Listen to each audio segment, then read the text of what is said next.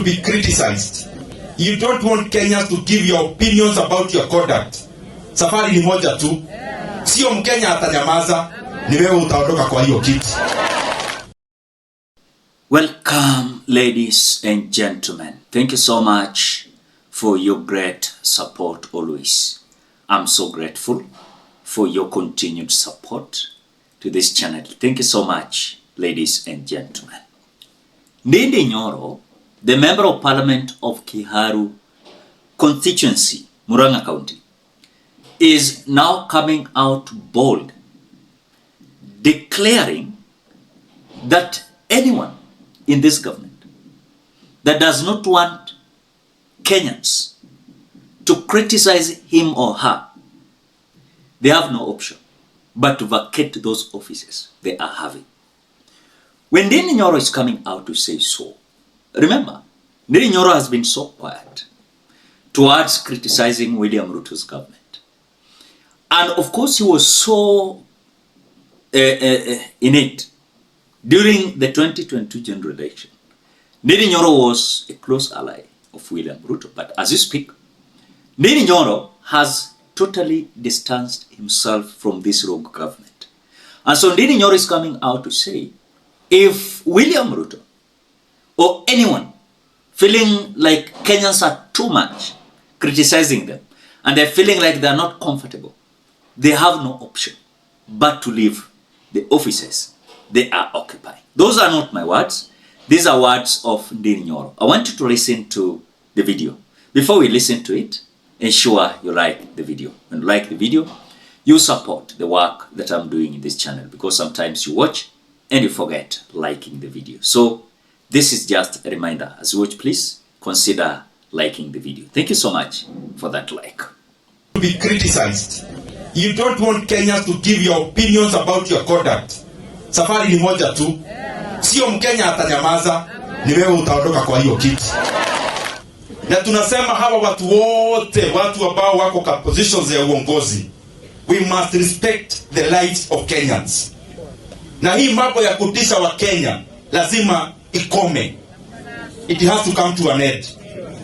If you feel the heat is too much when you are in a government office, you don't want to be criticized. You don't want Kenyans to give your opinions about your conduct. Safari ni moja tu. Sio Mkenya atanyamaza, ni wewe utaondoka kwa hiyo kiti. And let no one think, wacha mtu yeyote asifikirie ati vile walikuja wanatishatisha watu kwa viti wanaweza tisha sisi. No one, mtu asijidanganye hata siku moja. Tumeona mengi.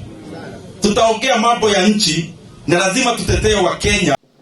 So Ndindi Nyoro, remember earlier on, he was the chairperson of Budget Committee.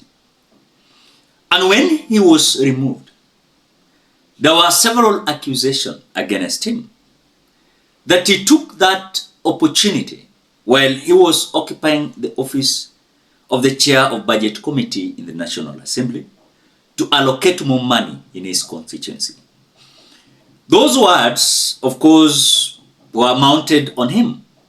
He never responded on those. He said that he cannot respond to evil while using evil things. And so for him, he kept quiet. But now, immediately he did that, Ndindi Nyoro has been so quiet. He has been distancing himself from William Ruto for the longest period of time. And most of the time you will see him not attending William Ruto's meetings. You are even told that Ndindi Nyoro is having his party behind the scene. And his plans are, number one, can he attempt to stab the presidency seat come 2027? Number two, can he, of course, defend his seat with another party other than UDA, which it is possible because UDA party is dead. But again, remember one thing. Though we had several Kenyans coming out to say Ndindi Nyoro is a project. Don't trust Ndindi Nyoro, because during the campaign period, he assisted William Ruto to get this government. All of a sudden, he's now coming out to accuse William Ruto's government is giving us a lot of worries. But according to my opinion, You know, in this politics, if you feel like your interest is not being served, you have no option but to plan yourself so that your interest can be served elsewhere. Could it be that Ndindi Nyoro have realized that his ideologies, agendas, and policies that he is suggesting is not rhyming with what William Ruto is doing? Of course, it can't be, because most of the time you have seen Ndindi Nyoro even exposing William Ruto's government. Number one, he has said that this government is using the NSSF, the Consolidated Fund, to build roads. The man has lost priorities. You know, he's borrowing and we are not seeing the money. He is collecting taxes, but you're not seeing the money. So you can see most of the time he has been criticizing the government of the day, and he has been so little on it. So one thing that I can say, Ndindi Nyoro might be right, and again on the other side we don't know the plans that are being planned, because I know one thing. We might brand Ndindi Nyoro as someone who is playing the games and is being used like a tool to fool Kenyans. But I can tell you, truth to be said, and it shall set us free, is that Ndindi Nyoro has realized that this government is literally not representing Kenyans' interest. They have navigated, or rather distanced themselves from the people. And so for him to come out to say that anyone who is in the government, occupying the public office, and is feeling that he should not be criticized. Remember, he was also touching the issue of Eliud Langat, where Albert Ojwang was killed after Albert Langat complained that Albert Ojwang published false information against him. And later we heard that Albert was killed. So he was also reacting on that. Two, there are several issues and reactions that William Ruto has come up with. That he will not hand over. Two, he will not, of course, tolerate anyone. Three, that to prepare and, of course, develop this country, lazima hakikisha amepita na watu kadhaa, you know. It is not good. And that is why sometimes we might accuse Ndindi Nyoro as someone who is being used. But in real sense, that man is independently thinking how this government is bad. He fought hard to assist this government to be installed. But later, they realized that it is not so. What they are doing was not what they promised the people of Kenya. Now, when you look at how Kenyans are behaving toward this government, any leader who is associating with this government, they are having a lot of worries, because number one, there are those who are elected for first term. For example, like members of parliament, you know. They are fearing to even recapture their seats, because remember, I know several of them will defend their seats. Just about 0.5% will not defend their seats. One, either they are retiring, wameenda 2 terms like governors, or wamewahi enda 2 terms or 3 terms they don't want. They were willing to go again, but the way situation is, they are like giving up. So the scenario that is come 2027 is likely not to favor the so-called William Ruto's UDA party. Why? When they were sworn in the office, they were like messiahs. But now they have turned against the people. And by turning against the people, you are declaring a war against them. And in fact, most of the time you have heard William Ruto coming out to say that yeye anajua hakuna kitu mtu atamwambia asikize.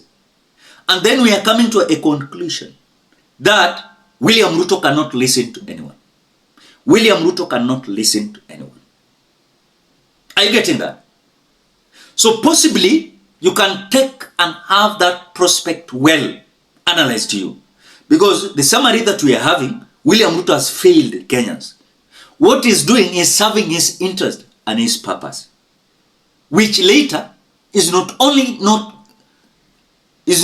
going to affect us, but also when look the trajectory as per our politics, we are being affected because we are like grooming up another Hitler in the world, which we don't know how he's planning himself. And this is something that is very crucial. As much as you can see Ndindi Nyoro is complaining about this, we must come out to join hands together to say, enough is enough. Enough is enough.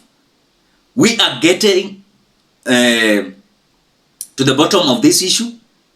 And when we are going to the election, We must be sober. We must be sober. If we are not going to be sober, ole wenyu na hata ole wetu tutaumia hapa mbeleni. Now the man we are playing with is so terrible and so dangerous, and he can do whatever he wants to do. Believe me, 100% sure, because he don't care. He doesn't care. And that is William Ruto. So the message of Ndindi Nyoro is very clear. And you can understand the way he's coming up with that statement. What do you think? Drop your opinion at the comment section below. Otherwise, thank you so much because of your great support. Please consider subscribing, liking, commenting, and sharing this video. Till we meet in another video.